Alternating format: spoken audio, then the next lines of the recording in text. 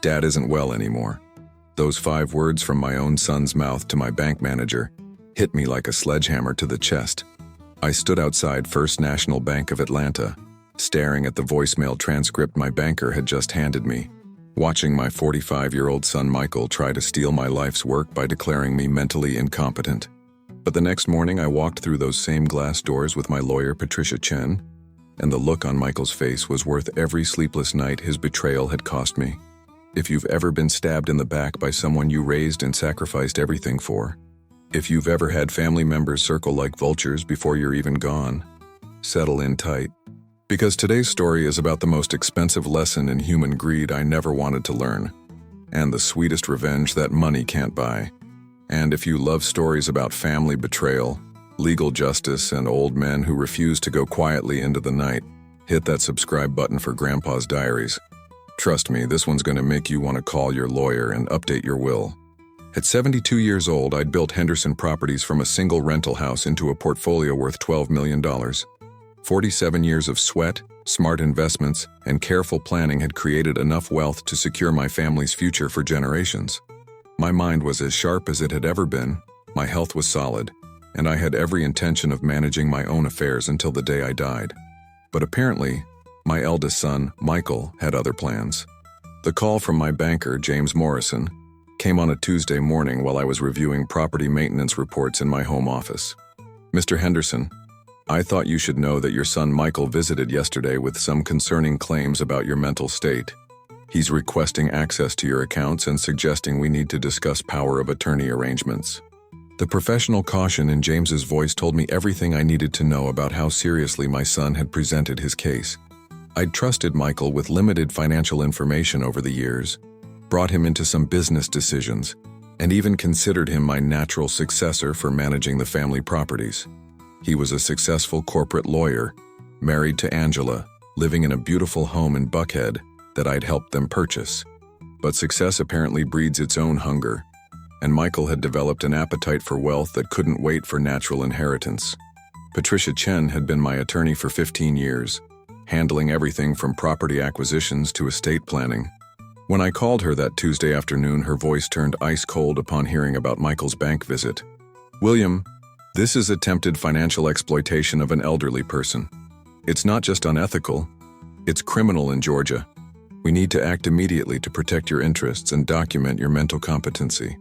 That evening, I sat in my study surrounded by the artifacts of a successful life: business awards, family photos, property deeds, trying to understand how the baby boy I'd taught to ride a bicycle had grown into a man willing to steal from his own father. The betrayal felt deeper than any business loss I'd ever experienced because it came wrapped in the guise of family concern, disguised as love when it was nothing but greed dressed up in a 3-piece suit. Before Michael's betrayal shattered everything, he used to be my pride and joy, the son who would carry the Henderson name into the next generation with honor and integrity.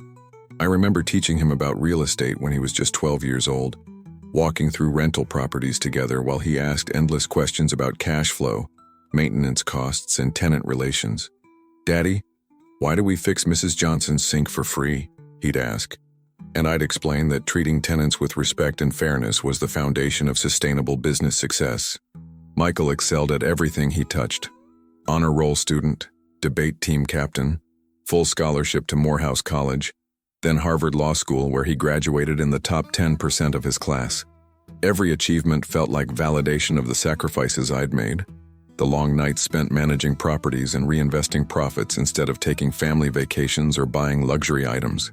When he passed the Georgia bar exam, I threw him a celebration party at the country club, telling everyone who would listen about my brilliant attorney son. Angela entered our family when Michael was 28, a beautiful marketing executive from a well-to-do family in Savannah. Their wedding was a lavish affair that I happily funded, watching my son dance with his new bride while promising myself that his children would never want for anything. I welcomed Angela like the daughter I'd never had, including her in business discussions and family traditions, believing she shared our values about hard work and family loyalty. The early years of Michael's marriage were golden times for our family. Sunday dinners at my house were filled with laughter, business talk, and planning for the future. Michael would bring legal documents for me to review, ask advice about career decisions, and share his dreams about eventually taking over Henderson Properties. "When you're ready to slow down, Dad, I want to expand into commercial real estate," he'd say, his eyes bright with ambition that I thought was built on the same principles I'd taught him. I helped Michael and Angela buy their first house, a modest starter home in Virginia Highland that we renovated together on weekends. Working alongside my son, teaching him about electrical systems and plumbing, felt like passing down more than just technical knowledge. It was sharing the hands-on approach that had built our family's wealth. Angela would bring us lunch and take pictures of us working, creating memories that I treasured as evidence of our strong father-son bond. When they upgraded to the Buckhead Mansion 5 years later, I provided the down payment as a gift, not a loan. Michael's law practice was thriving.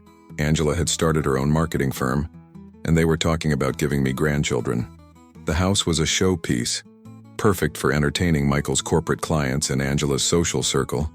I felt proud walking through rooms filled with expensive furniture and artwork, knowing my hard work had created opportunities for my son that I'd never had. But wealth changes people in subtle ways that aren't always immediately visible. I started noticing how Michael and Angela's conversations focused more on luxury purchases and social status, less on the hard work and careful planning that created prosperity. When I'd mention property maintenance or tenant issues, Michael would wave dismissively and say, "Dad, you should hire people to handle that stuff. You've earned the right to relax." He was missing the point. Staying involved in the details was what kept me sharp and ensured our continued success. The first crack in our relationship appeared 2 years ago when I refused to co-sign a loan for Michael's speculative investment in a tech startup.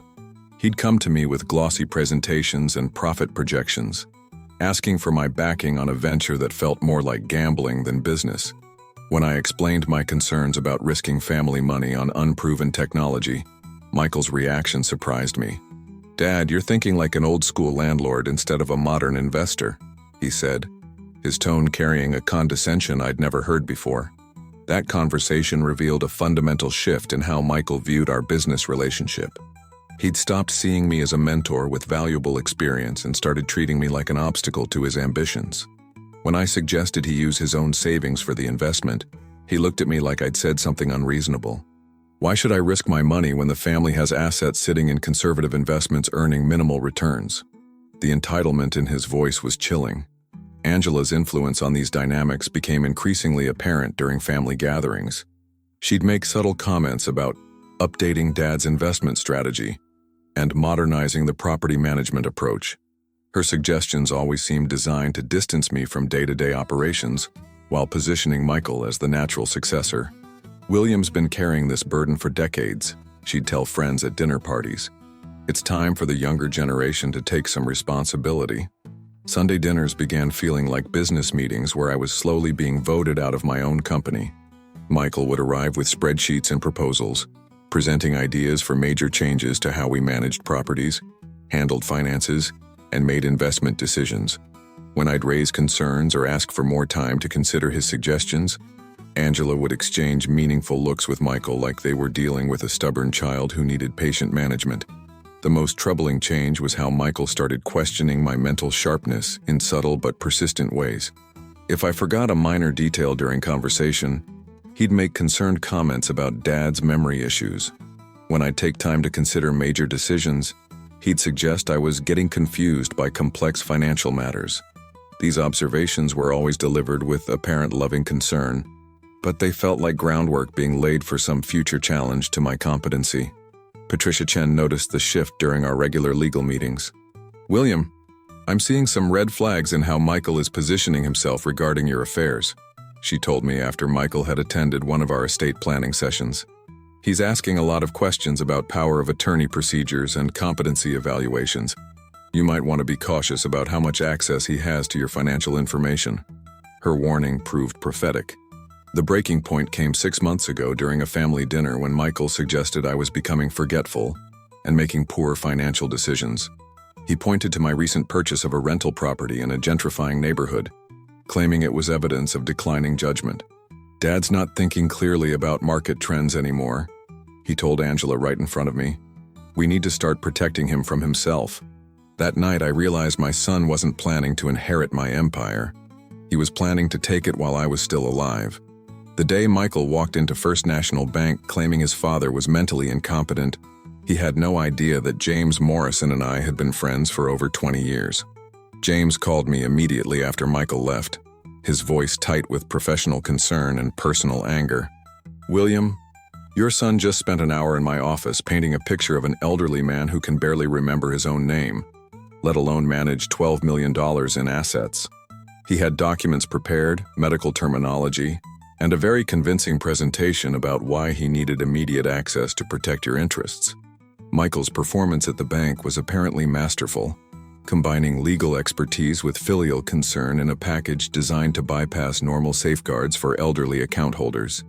He'd brought copies of medical articles about dementia, statistics about financial exploitation of seniors, and preliminary power of attorney documents that just needed my signature. He made it sound like you were wandering around confused, making irrational decisions and potentially being taken advantage of by unscrupulous people, James explained. If I didn't know you personally, his presentation might have been convincing. What made Michael's betrayal particularly calculated was how he'd used legitimate banking procedures designed to protect elderly customers against exactly this kind of exploitation. He'd researched the protocols, studied the language that would trigger banker concern, and presented his case during James's busiest day when thorough verification might be delayed. He knew exactly which buttons to push, James told me. Your son came prepared for this conversation in a way that suggests significant planning and research. The documents Michael brought to the bank revealed the depth of his preparation. He'd compiled a file of my recent property purchases, questioning the wisdom of each investment and suggesting they proved declining mental capacity.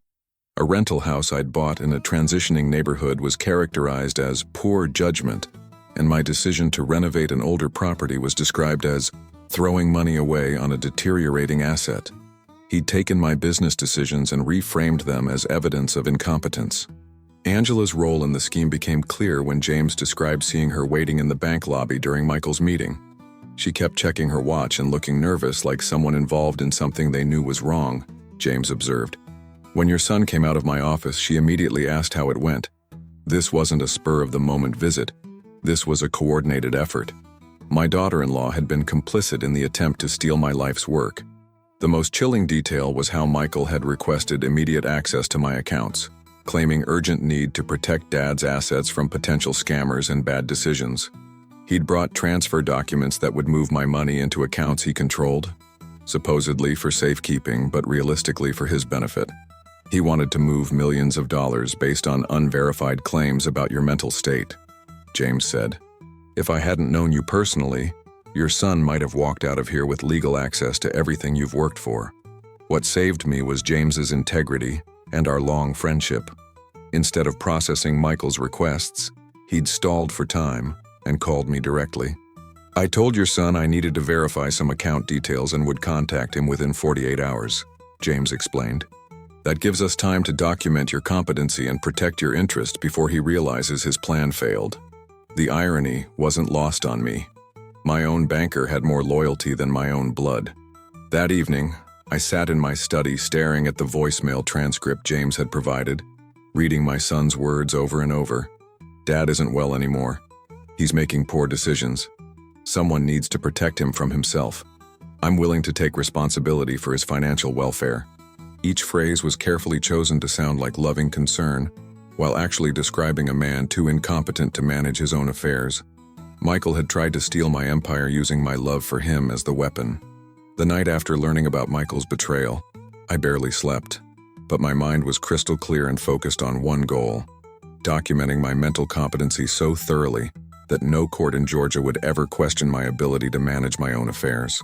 Patricia Chen arrived at my house at 7 a.m. sharp, armed with a recorder, legal documents, and a plan to build an unshakable case for my cognitive fitness.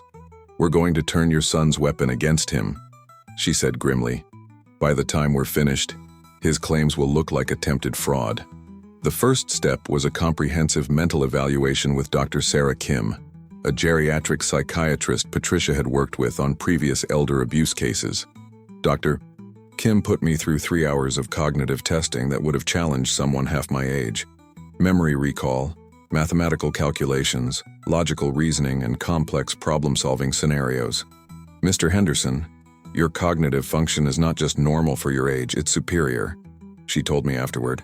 Anyone claiming you're mentally incompetent is either lying or completely ignorant about cognitive assessment.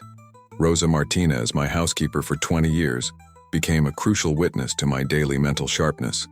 Patricia interviewed her extensively about our conversations, my business activities, and any signs of confusion or memory loss she might have observed. Senor William remembers everything, Rosa told Patricia in accented but clear English. He knows every tenant's name, every property address, every maintenance appointment. His mind is like a computer that never forgets anything important. Her testimony would demolish Michael's claims about my deteriorating memory. My younger son Marcus, a high school history teacher who visited every weekend, provided another perspective on my mental state. Unlike Michael, Marcus had never shown interest in my business beyond genuine family concern, which made his observations about my cognitive abilities particularly credible. Dad and I discuss current events, historical parallels, and complex social issues every Sunday, Marcus told Patricia. His analysis is sharper than most of my colleagues who are 30 years younger. Anyone claiming he's incompetent has never actually spent time listening to him think. Patricia also documented my recent business activities in detail, showing a pattern of shrewd investments and careful property management that contradicted Michael's claims about poor judgment. The rental house he'd criticized had already appreciated 15% in 6 months, and the renovation project he'd called wasteful had increased the property's value by $40,000. Your business decisions show exactly the kind of strategic thinking that's made you successful for 47 years, Patricia noted. This isn't luck, it's competence. The paper trail revealed even more damaging evidence against Michael's claims. Bank records showed careful, consistent financial management with no unusual transactions or signs of confusion. Property records documented regular maintenance and improvement investments that increased asset values. Tax returns reflected sophisticated financial planning and legal compliance. Anyone claiming you're incompetent would have to explain why an incompetent person's assets keep growing and performing better than market averages, Patricia observed. Most importantly, Patricia uncovered Georgia's specific laws about financial exploitation of elderly persons, which carried serious criminal penalties. What your son attempted isn't just civil fraud, William. It's a felony under Georgia Code 16-5100. He used deception to attempt gaining access to your financial accounts by making false claims about your mental capacity. If we can prove intent, he could face years in prison. The hunter had become the hunted. That evening, I reviewed all the evidence we'd gathered, feeling a mixture of sadness and determination. My son had underestimated both my mental sharpness and my connections, assuming he could manipulate the system without consequences. But tomorrow, when we walked into that bank, Michael would discover that trying to steal from a sharp 72-year-old businessman was about to become the worst decision of his legal career.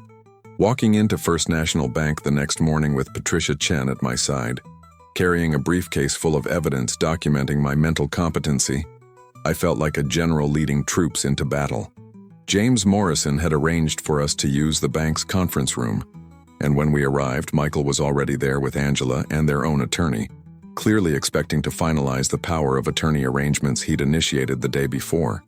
The look on my son's face when he saw me walk through that door, alert, determined, and obviously competent, was worth every sleepless moment his betrayal had cost me. "Hello, Michael," I said calmly, taking a seat across from my son and daughter-in-law. "I understand you've been concerned about my mental health.